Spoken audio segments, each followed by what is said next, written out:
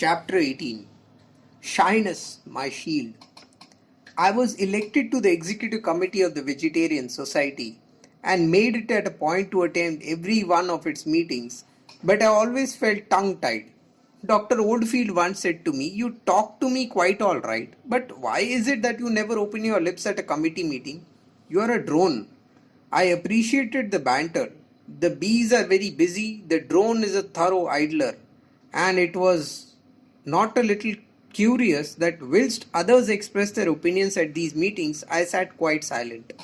Not that I felt tempted to speak, but I was at a loss to know how to express myself. All the rest of the members appeared to me to be better informed than I. Then it often happened that just when I had mustered up courage to speak, a fresh subject would be started. This went on for a long time. Meantime, a serious question came up for discussion.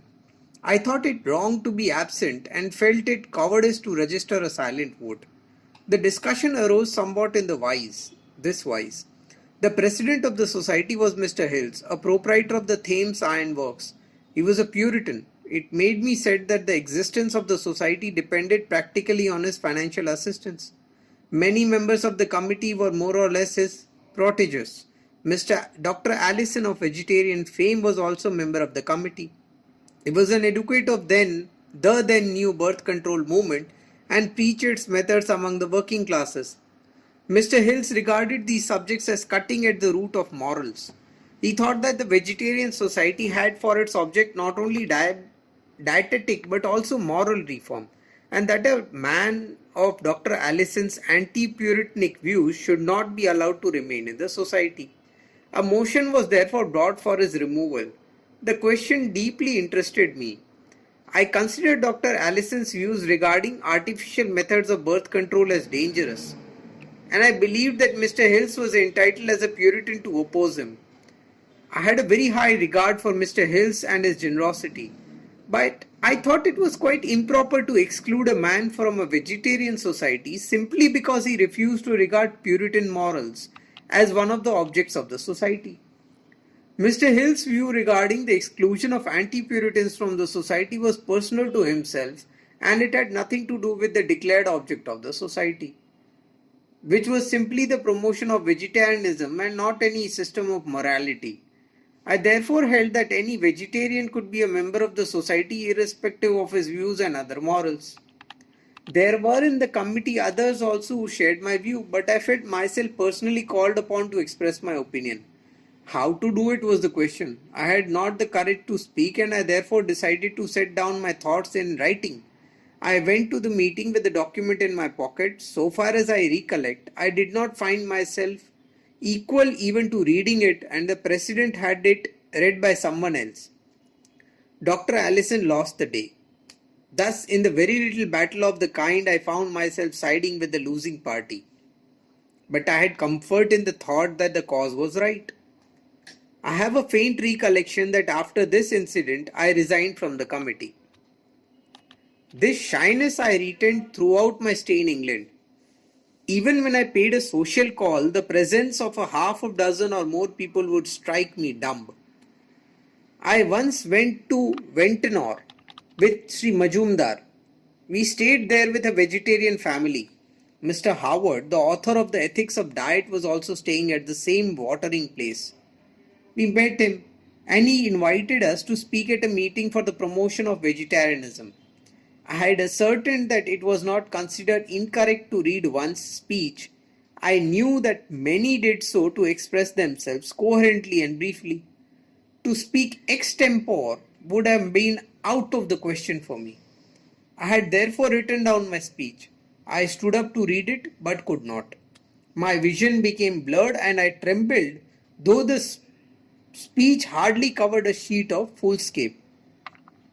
Sri Majumdar had to read it for me. His own speech was of course excellent and was received with applause.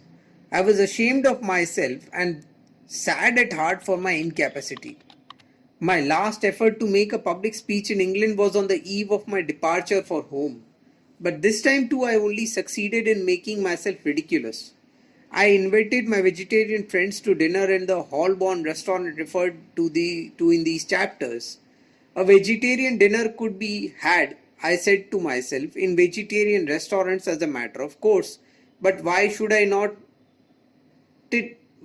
not be possible in a non-vegetarian restaurant too?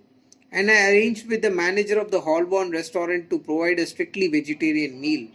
The vegetarians hailed the new experiment with delight. All diners are meant to be enjoyment, but the West was developed with the thing into an art. They are celebrated with great eclat, music, and speeches. And the little dinner party that I gave was also not accompanied by some such displays. Speeches, therefore, there had to be. When my turn for speaking came, I stood up to make a speech. I had with great care thought out one which would consist of a few sentences, but I could not proceed beyond the first sentence. I had read of Addison that he gave his maiden speech in the House of Commons, repeating I conceived 3 times, and when he could proceed no further, a wag stood up and said, the gentleman conceived thrice but brought forth nothing. I had thought of making a humorous speech taking this anecdote as this text. I therefore began with it and stuck there.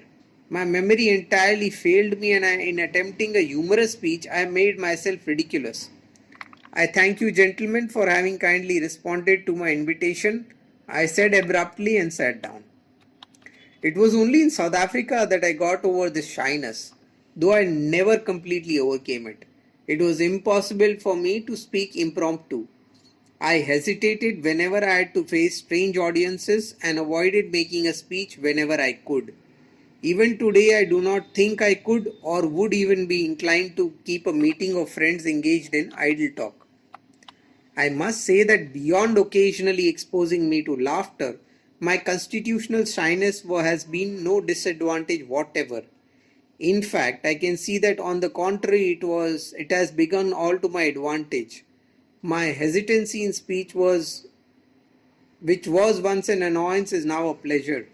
Its greatest benefit has been that it has taught me the economy of words.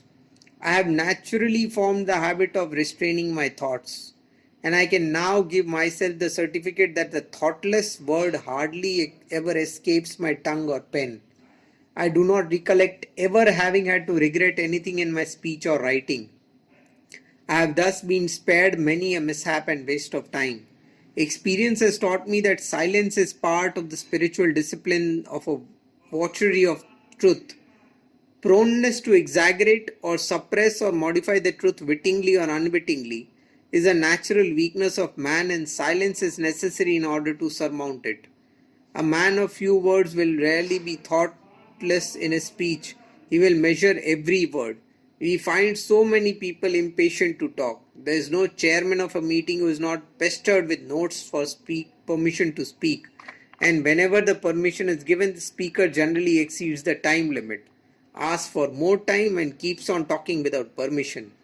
All this talking can hardly be said to be of any benefit to the world. It is so much waste of time. My shyness has been in reality my shield and buckler. It was allowed me to grow. It has helped me in my discernment of truth.